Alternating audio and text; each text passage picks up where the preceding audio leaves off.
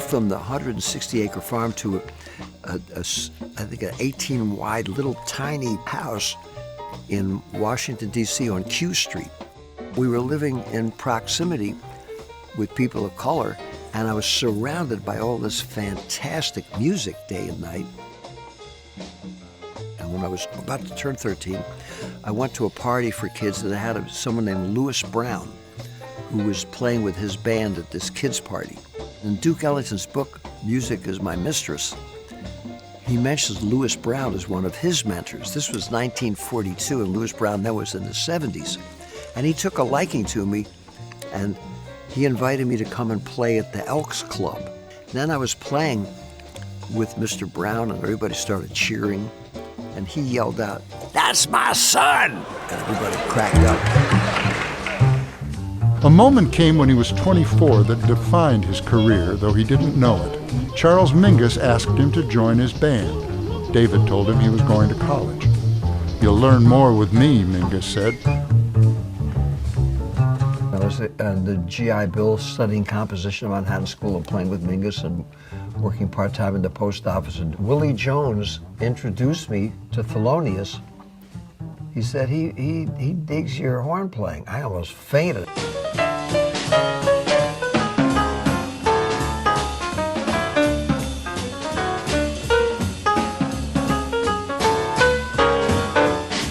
When I spent the whole night with Dizzy in 1951, he mentioned about Pan-African music for the whole night.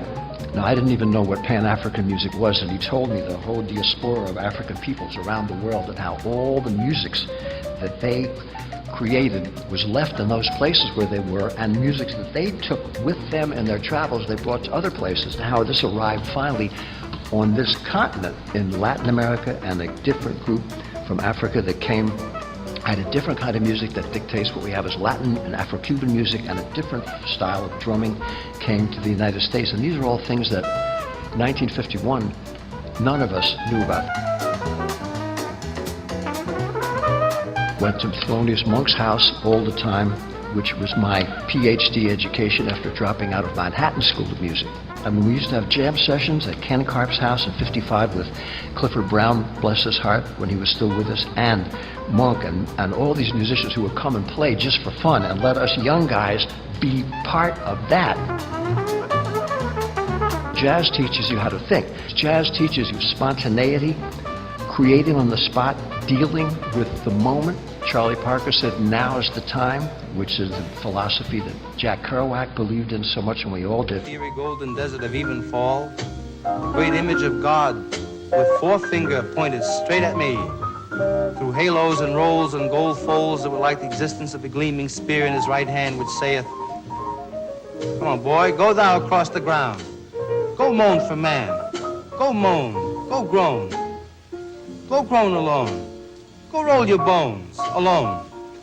Jack Kerouac had the same lines of information by hanging out with musicians, by being with people who were interested not in what we were told we or it was supposed to be, but rather more of what it really was about from those who had lived it and who had learned about it from other people, hand to hand, mouth to mouth, and heart to heart. So that's the introduction tonight for Pull My Daisy.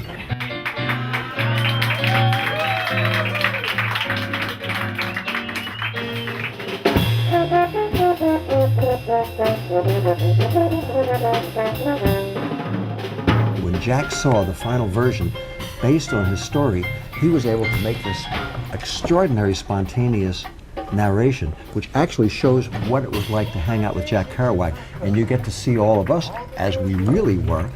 Well, how do you categorize yourself? Are you a jazz composer, or? Well, Nat, I've been around a great deal of the world. I heard a lot of kinds of music ever since I was a kid. And I'd say now, where I'm at is the very beginning.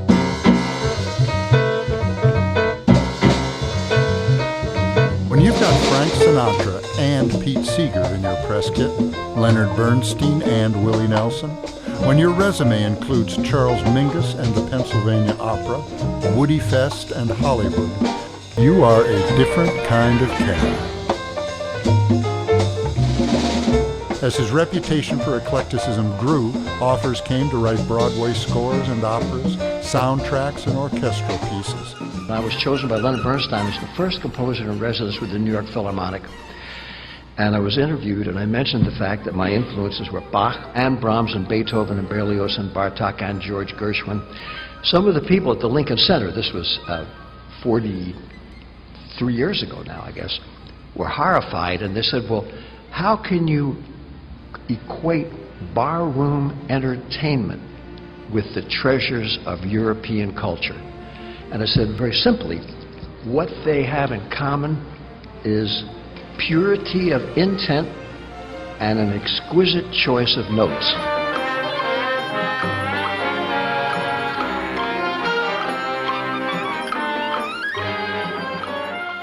Today was no ordinary school day for lots of students in Brooklyn. They instead got a treat of sight and sound at Brooklyn Philharmonic's free school time concert series. Conductor and composer David Amram holds these shows at the Brooklyn Academy of Music each year to bring young New Yorkers closer to the music all around them.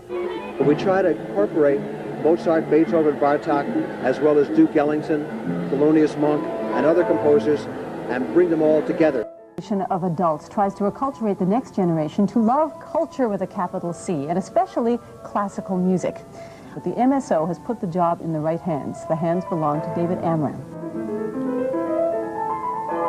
Are you preaching to the converted, or are these kids who have to be dragged here kicking and screaming and then go home pleasantly surprised? I think all kids today have an interest in music because we're surrounded by music. When you can see and hear 90 or 100 fantastic musicians, all great individualists, all great soloists in their own right, doing something together, that is the most wonderful feeling in the world.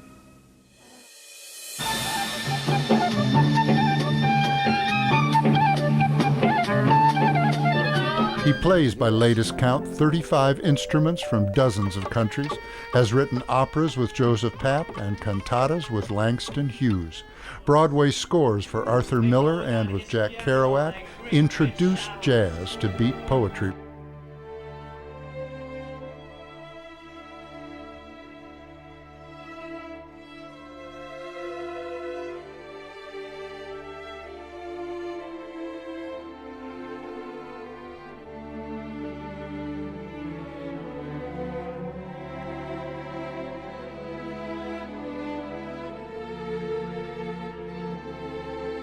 You can do it. If you work hard, you love what you're doing, you have purity of intent, and you really care, something will be good from what you do. Devote your whole life to it. Try for it, go for it. Look for the beautiful part. Look for the diamonds in the sidewalk. We tried and still try to do things that will be beautiful and will make people feel good 100 years from now.